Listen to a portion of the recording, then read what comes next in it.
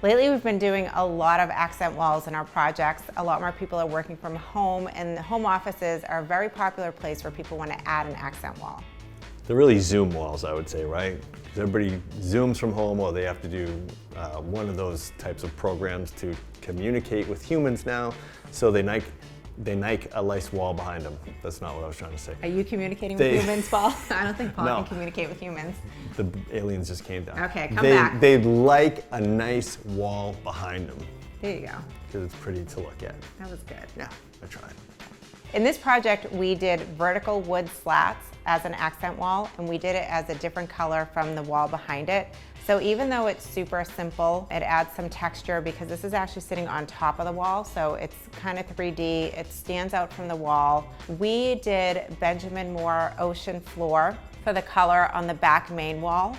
And then the slats were Benjamin Moore Harbor Gray. And you can do this really in any combination. I've seen lately people do walnut, they do oak, they do different types of natural wood, so you can do that as well. This particular project, we did a very large chevron pattern on the back wall, so it's really pretty when you walk into the house in the foyer and you look over and you're just staring at that beautiful wall.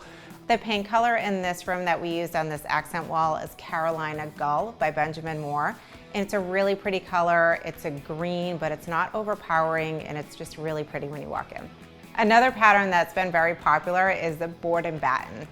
The board and batten is a very thin slat on the wall, so it just adds a little bit of texture. The color we used here is Sherwin-Williams Naval, and it just gives it a little pop of color. And this was a very small office. We squeezed this into the floor plan. She was working from home, and it let her actually get a view out to the street so that when the kids came home from the bus, if she was working, she could see right when they got home.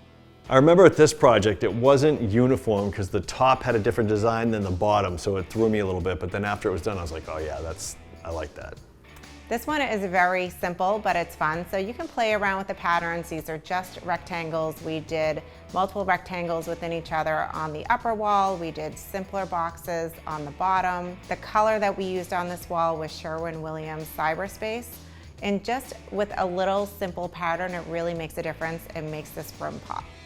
In this project, we used wall panels by Ekena Millwork. We decided to go with walnut, but these panels can be painted, they can come in different wood grains, they can be an oak, so there's a ton of options.